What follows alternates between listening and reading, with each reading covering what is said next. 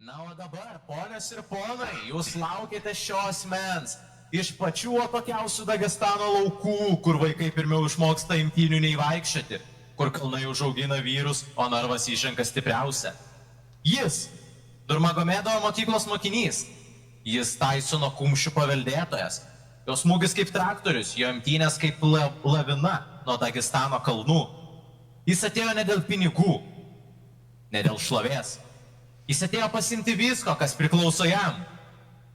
Iš Dagestano kalnų, iš gatvių, iš šešėlių. Vienintelis ir nepakartojamas Rastamanas! Na, tegu prasideda pagrindinė vakaro kova. Round 1. Start!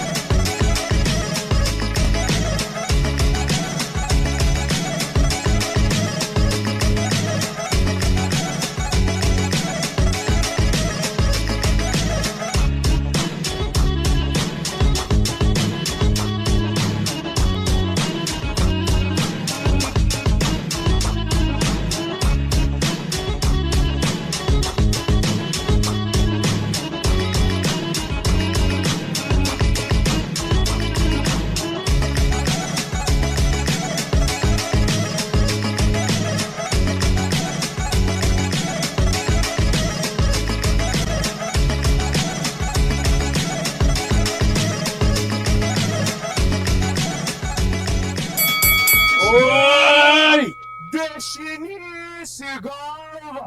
Na ir štai taip, ponios ir ponai, turime šios vakaro kovos nugalėtoją. Juo tampa iš Dagestano laukų atvykęs Rastamanas. Ačiū visiems susirinkusiems. Na ir tikėkimės, kad kažkas dar sugebės mesti iššūkį Rastamanui. Na, o tau, Wolverinai, buvai geras iššūkis jam. Tikrai davai gerą kovą. Na, bet ne šiandien, mielas drauge.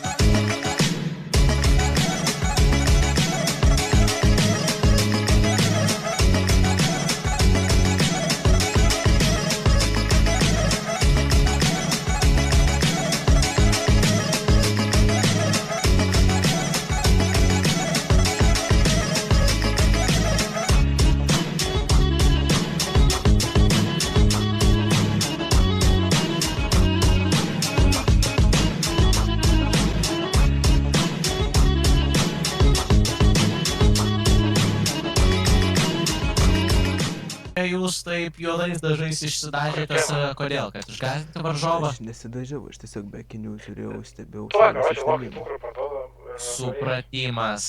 Na, gal tai yra slaptasis ginklas, kaip žinome, Spider-Manui, Peteriui Parkeriui įkando voras, dėl to jis patapo Spider-Manu, o galbūt Visi labai stiprus, gerai.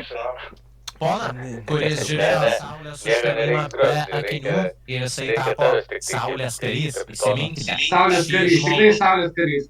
Gerai, tiesiog aš tau pasakysiu, nepramušinėk. Ne. Jisai